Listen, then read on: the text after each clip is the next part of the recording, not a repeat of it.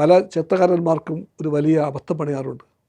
ഇടതുപക്ഷ സർക്കാരിനെ പറ്റി പറയുമ്പോൾ അവർ 57-ലെ ഗവൺമെൻറ്റിനെ പറ്റി പറയും, 67-ലെ ഗവൺമെൻറ്റിനെ പറ്റി പറയും, പിന്നെ അത്തരക്കാർ പറയുന്നത് 80-ലെ ഗവൺമെൻറ്റിനെ പറ്റിയാണ്. പക്ഷേ ഈ 67-നും 80-നും ഇടയ്ക്കുള്ള കാലത്ത് ഒന്നൊരു ഗവൺമെൻറ്റുണ്ട്. അത് അച്യുതാനന്ദൻ ഗവൺമെൻറ്റാണ്. 2 തവണ ആ ഗവൺമെൻറ് നിബന്ധനയുടെ അധികാരത്തിലേക്ക് വന്നു. ആ ഗവൺമെൻറ്റിൻ്റെ മുൻകൈയിലാണ് ജന്മിത്വം അവസാനിപ്പിച്ചത്. ഇവിടെ ചോദ്യമുണ്ടാകുന്നുണ്ട്, ജന്മിത്വത്തിൻ്റെ അന്ത്യം കുറിച്ച ഗവൺമെൻറ് ഇടതുപക്ഷ ഗവൺമെൻറ് അല്ലേ? ആ ഗവൺമെൻറ്റിനെ കാണേണ്ടത് എങ്ങനെയാണ്? കമ്മ്യൂണിസ്റ്റ് പാർട്ടി പറയും നിസ്സംശയം അത് ഇടതുപക്ഷ ഗവൺമെൻറ്റാണ്.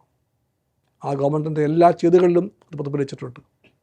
അത് പൂർത്തീകരിച്ച ജന്മിത്വത്തിൻ്റെ അന്ത്യം കുറിച്ചുകൊണ്ട് ഭൂപരിഷ്കരണത്തിൻ്റെ ലക്ഷ്യങ്ങൾ പൂർത്തിയാക്കിയ ആ ഗവൺമെൻറ് തന്നെയാണ് കേരളത്തിൻ്റെ പിൽക്കാല വികാസത്തിൻ്റെ എല്ലാം അത്യവാരമായിട്ട് ഗവൺമെൻറ് എന്ന് പറയാതിരിക്കാൻ പറ്റില്ല.